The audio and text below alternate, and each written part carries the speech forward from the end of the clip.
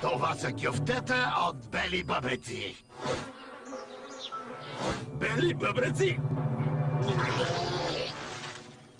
И така, кой е готов за трети рунд? Спагети! Всъщност, това са червеи, покрити с охлювена слуз и топки косми. Не!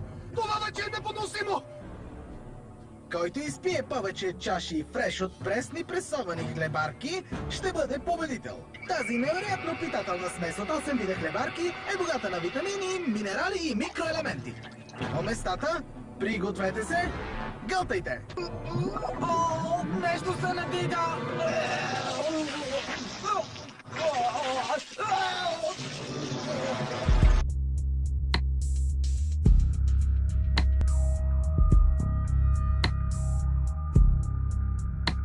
Вече знаете какво гледат децата ви през уикенда по Cartoon Network. Ако го смятате за нормално, ами занесете им чипс и кола. Ако ли пък не, то какво ви остава, за да защитите тяхното психическо здраве? Законът и институциите.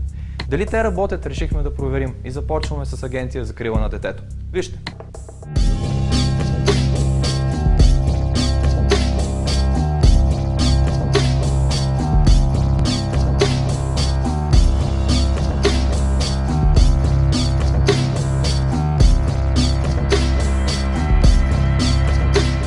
Честно да си призная, аз самия не знаех, че съществува такъв тип анимация. Лично за мен това е гавра. И подобен тип анимация изобщо не трябва да се излучва. И ви благодаря за сигнал, който направихте към нас.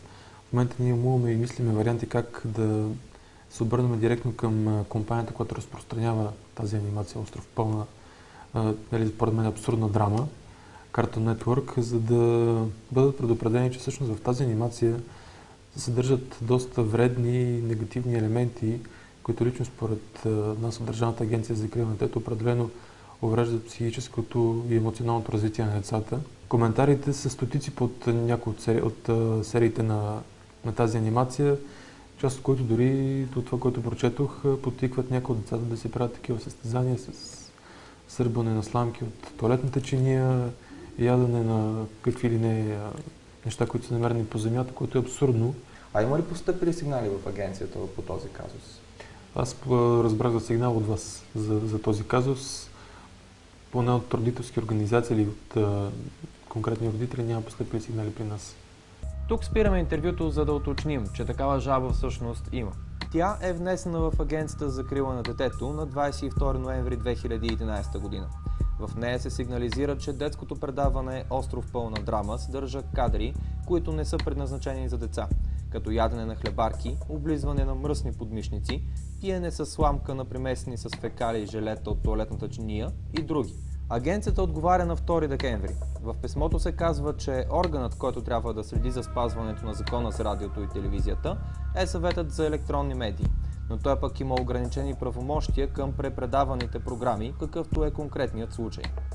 Другото, което мога да се обърна като апел към родителите, които са разбрали, че децата им харесват такъв тип анимация, просто в часовия пояс, в който се изучва тази анимация, да направят така, че да я кодират, за да не може децата да гледат този абсурд. Добре, и в финала на разговора, конкретно от тук нататък агенцията, какви мерки ще предприеме?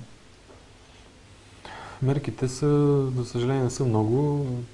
Това, което предстои да направим, аз ви казах, да сигнализираме директно Cartoon Network, заедно с част от коментарите в социалните мрежи.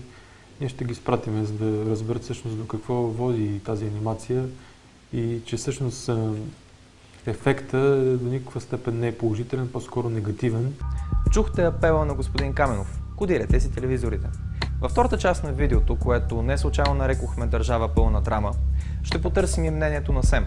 А до тогава избягвайте детските канали, вредят на здравето.